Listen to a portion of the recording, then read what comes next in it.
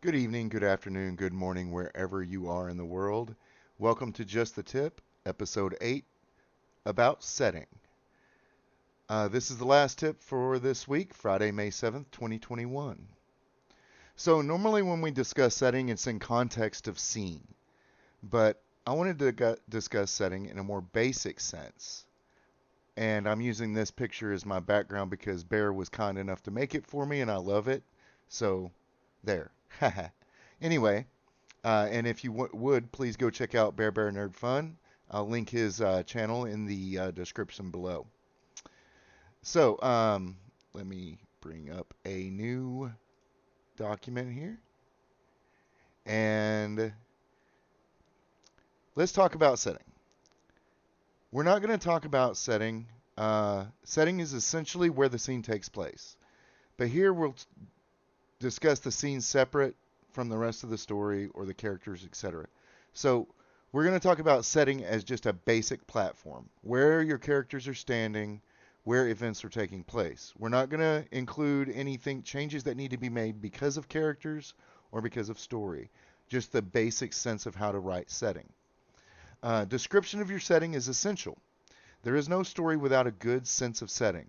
After all, if the heroes need to fix something, they all need a place to stand on while doing so. So, here's the only rule. Well, there's two big rules you need for setting. Number one, don't over-describe. You need to let your readers make assumptions and build these things in their head a little bit, but you can help them along. I'll show an example later.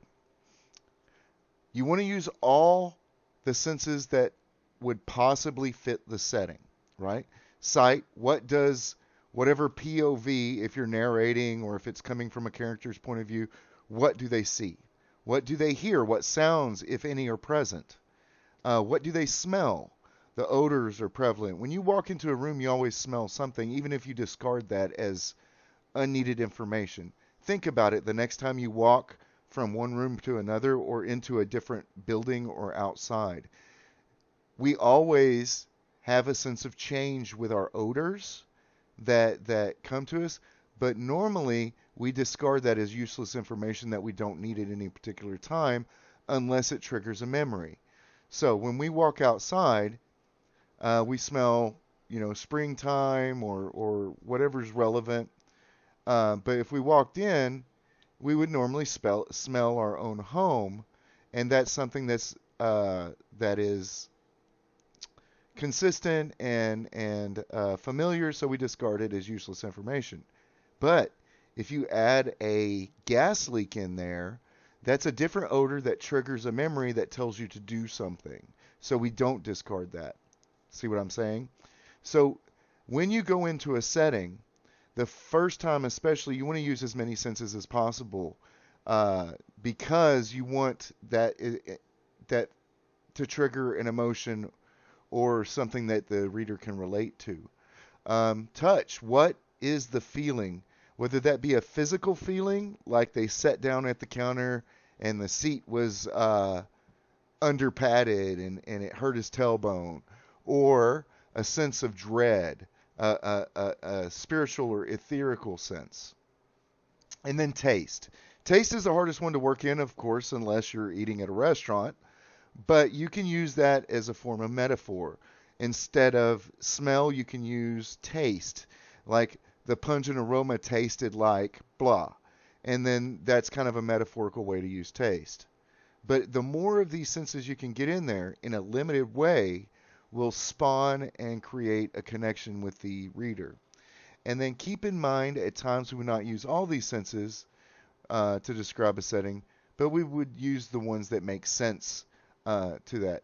For example, we wouldn't have our characters taste something unless we really wanted to tie it to a sense of smell, or if they're, say, in a restaurant. So here's an example. Jeb entered the park. The dark shadows cast by the tall conifers caused his anxiety to ratchet up.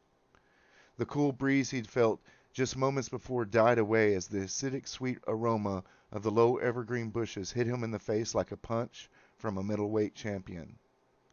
So that's how I would write it.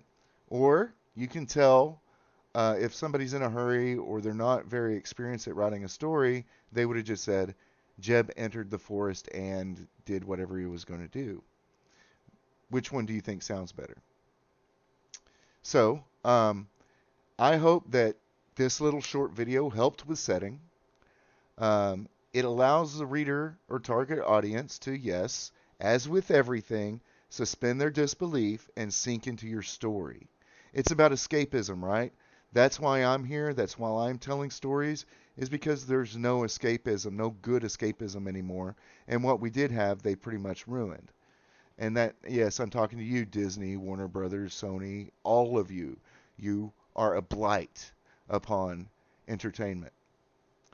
So just remember, if you give too much, um, you don't, not to give too much, you don't need to do all the work, right? You want to let the reader come to their own conclusion.